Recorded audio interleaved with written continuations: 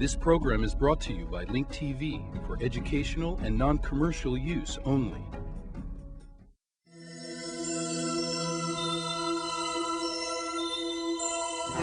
Mosaic, a daily news program from Link TV, presents a selection of news reports from independent and state-controlled broadcasters from throughout the Middle East.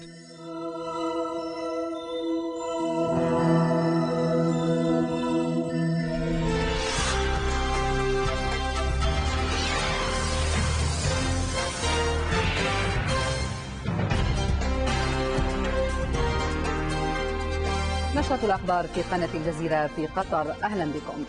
Acting Lebanese Interior Minister Ahmed Fetfet confirmed that today's assassination attempt targeting the deputy chief for the Lebanese Interior Ministry's intelligence branch, Lieutenant Colonel Samir Shahade, in the town of Ramallah near Sidon, was carried out using two 1,600-gram bombs. Fetfet described the bombing as an attempt to deliver a political message to national security agencies.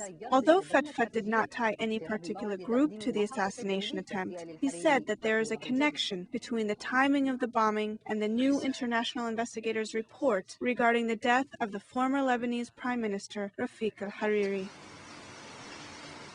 This assassination attempt was definitely intended to send a political message to the Interior Ministry's intelligence branch and to all law enforcement and national security agencies without exception. The perpetrators also wanted to send a message to Lebanese officials presiding over the investigations of this prominent criminal case. In addition, it was an attempt to undermine the bond and cooperation among the various Lebanese law enforcement agencies, especially in the light of the recent deployment of the Lebanese army along the borders in the southern, eastern, and northern parts of the country.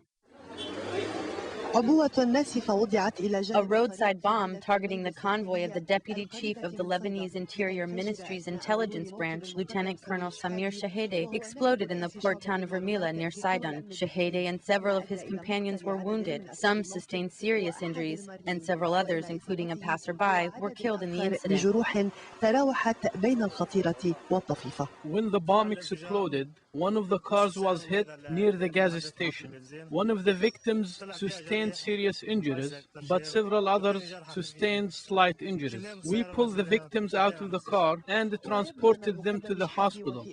As a precautionary measure, it seems that Lieutenant Colonel Shahade had chosen to follow the convoy in a separate car, which was hit by shrapnel. After his car was hit, Shahade kept driving for another 100 meters, and then he stopped and was transported along with others to the Hamoud Medical Center. Meanwhile, Lebanese security agencies launched an investigation into the bombing. The acting Lebanese Interior Minister said that this incident is profoundly similar to previous assassination attempts that had rocked the country in the past. However, some Lebanese security agencies drew similarity between this incident and the assassination of the two Majdoub brothers, members of the Islamic Jihad, nearly a year ago. The roadside bomb was detonated by a remote-controlled device, and the target was supposed to be Shahade's car. The bomb was loaded with nails to cause maximum damage to its intended targets. However, just like other security officials, Lieutenant Colonel Shahade took precautionary measures and rode in a different car. Some Lebanese officials drew a connection between the incident and the ongoing investigations into the assassination of the former Lebanese Prime Minister Rafiq al-Hariri, especially considering that the international investigator Sergei Premort is expected to present his report to the UN Security Council at the end of this month. Was the attempt on the life of Lieutenant Colonel Shahada, who is leading the investigation into al-Hariri's death, a coincidence? The assassination attempt was carried out against Shahada, who was also behind the arrest of 4 security lieutenants implicated in the death of Hariri. Some Lebanese political blocs, especially Hezbollah, believe that this assassination attempt was intended to waste the victory achieved by the resistance in the Israeli war on Lebanon. Is it an indication that Lebanon is reverting to previous episodes of bomb attack, which may bring yet another wave of security incidents? Needless to say, the Lebanese have not caught their breath after a bloody war that lasted more than a month. Security concern is indeed on the minds of all Lebanese. جنوب لبنان.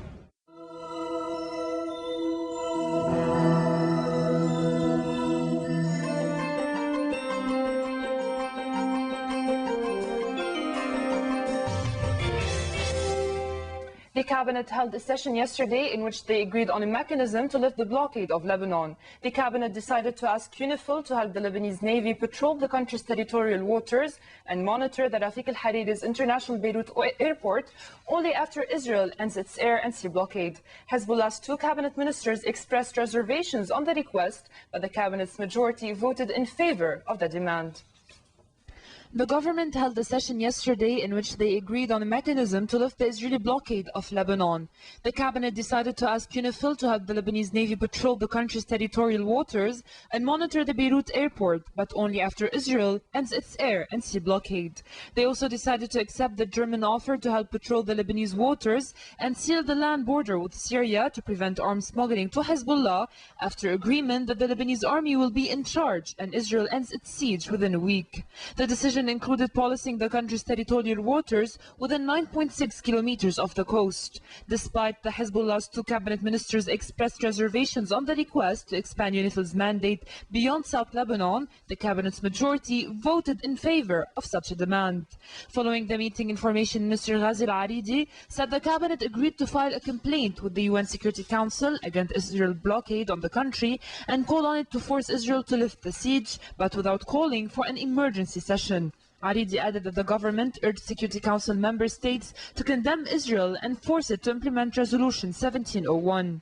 For his part, President Emil Lahoud on Monday urged the international community to send a team to investigate the kind of weapons used by Israel during its recent bombardment of Lebanon. Before the start of the cabinet meeting, Lahoud told reporters that this team should come as soon as possible because even in Israel, they said that there were forbidden bombs. He said it would be impossible for the residents of southern Lebanon to rebuild their homes if the area was still littered with bombs.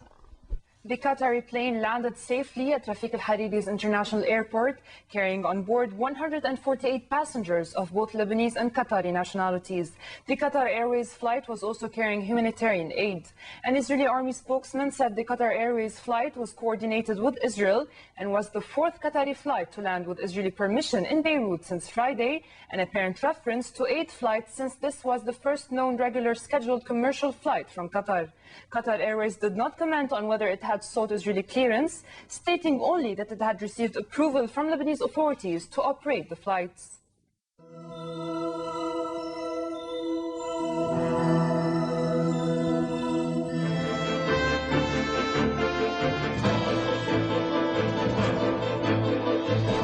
Well, in political news, the pressure on Prime Minister Omar to launch an official state investigation of the Lebanon war was ratcheted up a notch today. The Knesset Foreign Affairs and Defense Committee voted by a large majority of 8-3 this morning to call on the Prime Minister to form a state commission of inquiry. The Prime Minister opposes a state inquiry and spent much of the Defense Committee's time yesterday arguing for a series of committees to probe different aspects of the war. Today's vote was the result of a joint proposal by Labour's Matan Vilnai, himself a member of the coalition, and National Union MK Efi Etam of the opposition. And in a related development, the Olmert cabinet has postponed its meeting scheduled